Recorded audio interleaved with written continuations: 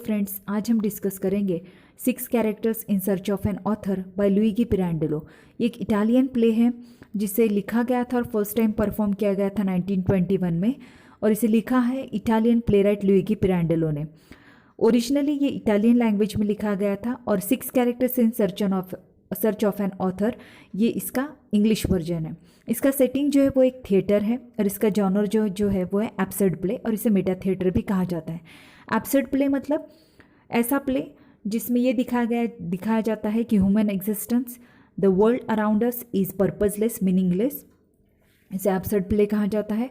और Meta theatre मतलब ऐसा प्ले जिसके थ्रू ये डिस्क्राइब किया जाता है कि थिएटर कैसा होता है, डायलॉग्स, कैरेक्टर्स, जिसमें थिएटर की बारीकियां हमें देखने को मिलती है, वो होता है मेटा थिएटर। मतलब प्ले विद इन प्ले इसमें प्रेजेंट किया जाता है।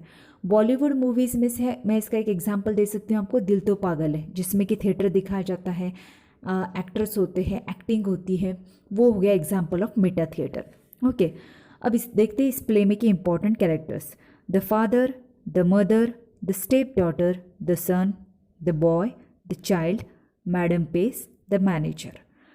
ये हो गए इस प्ले के इंपॉर्टेंट कैरेक्टर्स। अभी ध्यान में रखने वाली बात यह है कि इनका कोई स्पेसिफिक नाम नहीं दिया गया है।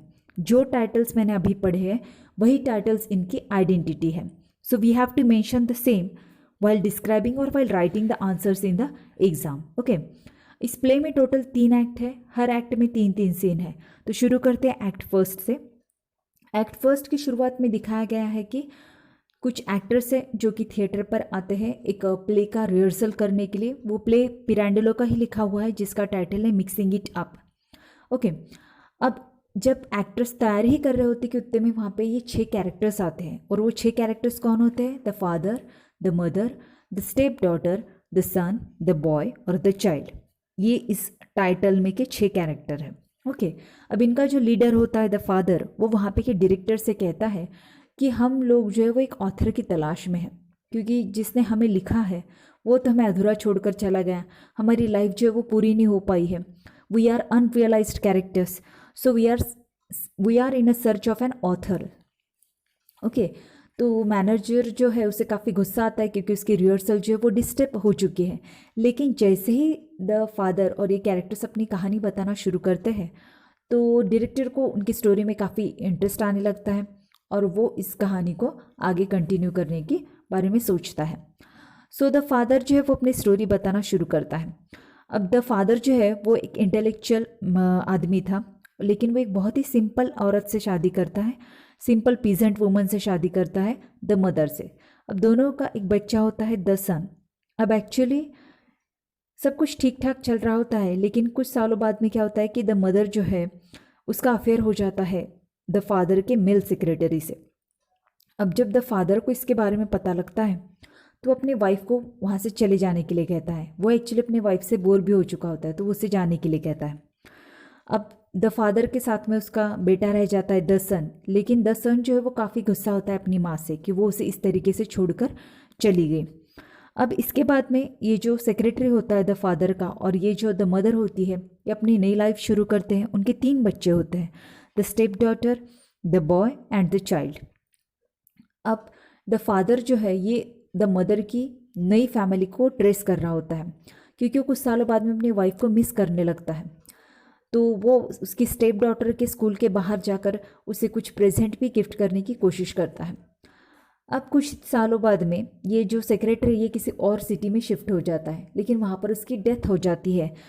तो मदर जो है वो अपने 3 बच्चों को लेकर वापस उसी सिटी में आ जाती है, और वो द मदर जो है वो एक मैडम पेस की ड्रेस शॉप होती है वहाँ पर काम करना शुरू करती है। लेकिन उसे ये नहीं पता होता है कि मैडम पेस कुछ और ही काम कर रही होती है ड्रेस शॉप के नाम के नीचे। मैडम पेस को एक्चुअली द मदर की बेटी में ज़्यादा इंटरेस्ट होता है, क्योंकि वो प्रॉस्टिट्यूशन का काम चलाती है सीक्रेटली। तो वो क्या करती है, एक दिन करती है कि द फादर के पास में उसकी बेटी को ही भेज देती है, द स्टेप डॉटर को। अब द फादर जो है वो उसे सीड्यूस करने की कोशिश करता है कि उस टाइम पर वहाँ पे द मदर पहुँच जाती है और वो इंटरप्ट करती है और चीखती चिल्लाती है। उसके बाद में द फादर को भी बुरा लगता है और वो उसकी फैमिली को, मतलब द मदर की फैमिली को एक्सेप्ट कर लेता है और दोनों रीयूनाइट करने का डिसाइड करते हैं। लेकिन ये डिसीजन जो है वो द सन को मंजूर नहीं होता है, वो नाराज़ होता है इस बात से। अब इस स्टोरी को सुनने के बाद में द डायरेक्टर जो है, द मैनेजर जो है, वो तैयार हो जाता है इस स्टोरी को कंप्लीट करने के लिए। अब वो डिसाइड करता है कि अपने उसके जो एक्ट्रेस है वो इस सीन को रिप्रेजेंट करेंगे, मतलब फिर से रिक्रिएट करेंगे द फादर और द स्टेप डॉटर वाला सीन। लेकिन जैसे उसके एक्ट्रेस वो प्रेजेंट करना शुरू करते हैं, द फादर और द स्टेप डॉटर कमेंट्स करना शुरू कर देते कि ये तो मतलब थोड़ा भी रियल नहीं लग रहा है, इट्स लुकिंग वेरी फेक, इसमें तो इमोशंस ही नहीं है, ये ऐसा नहीं है, ये वैसा नहीं है। ढेर सारी उनकी कंप्लेंट्स शुरू हो जाती है जिस पे, और उन्हें ये भी लग रहा होता है कि द डायरेक्टर जो है वो उन्हीं को ये एक्टिंग करने के लिए कहेगा, लेकिन ऐसा नहीं होता है। द फादर और द स्टेप डॉटर जिस तरीके से रिएक्ट करते हैं, उसके बाद में द मैनेजर जो है वो उन्हें अलाउ करता है उस सीन को रिक्रिएट करने के लिए। फिर से वही सीन रिक्रिएट किया जाता है द फादर और स्टेप डॉटर वाला, लेकिन फिर से द मदर आती है और इंटरप्ट कर देती है। अब ये सीन जो है वो फिनिश करने के लिए कहता है द मैनेजर, और उसके बाद में वो सेकेंड सीन शुरू करते हैं जहाँ का सेटिंग जो होता है वो होता है द फादर के घर का गार्डन। अब द मदर जो है वो द सन के रूम में जाती है उससे बात करने के लिए, लेकिन द सन जो है वो थोड़ा भी इंटरेस्टेड नहीं होता है अपनी माँ से बात करने में, और वो निकल कर बाहर आता है गार्डन में। अब गार्डन में एक फाउंटेन होता है, द चाइल्ड डूब रही होती है, द मदर जो है उसे बचाने की कोशिश करती है लेकिन वो डूब जाती है, और दूसरी तरफ उसका छोटा बेटा द बॉय वो एक पेड़ के पीछे खड़ा होता है और वो खुद को रिवॉल्वर से शूट करके सुसाइड कर लेता है। द मदर उधर भी दौड़ती हुई जाती है लेकिन वो दोनों को नहीं बचा पाती, और द स्टेप डॉटर जो है वो थिएटर छोड़ के ही चली जाती है। तो स्टेज पे सिर्फ बचते हैं द फादर, द मदर और द सन।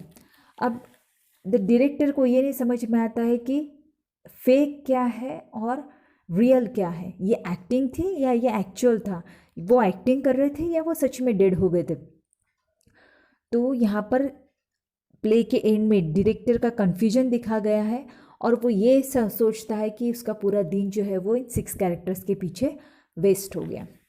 तो यहाँ पर इस तरीके से प्ले ख़त्म होता है। इस प्ले को लिखने के पीछे पिरांडेलो का पर्पज़ ये हो सकता है कि इस प्ले के थ्रू पिरांडेलो जो है वो दिखाना चाहते हैं कि एक थिएटर में जब एक्टर्स एक्टिंग करते हैं तो उनका रिलेशन कैसा होता है द डायरेक्टर के साथ में, जब सेटिंग्स चेंज होते हैं, डायलॉग्स चेंज होते हैं, तो उन्हें कैसा लगता है, how much they are attached emotionally with the characters, और how the characters are recreated. तो ऐसी ढेर सारी चीज़ें हमें इस प्ले के थ्रू पता चलती है। Okay, so I hope you understood the play. अगर एक्सप्लेनेशन अच्छा लगा हो तो please hit the like button and don't forget to subscribe to the channel.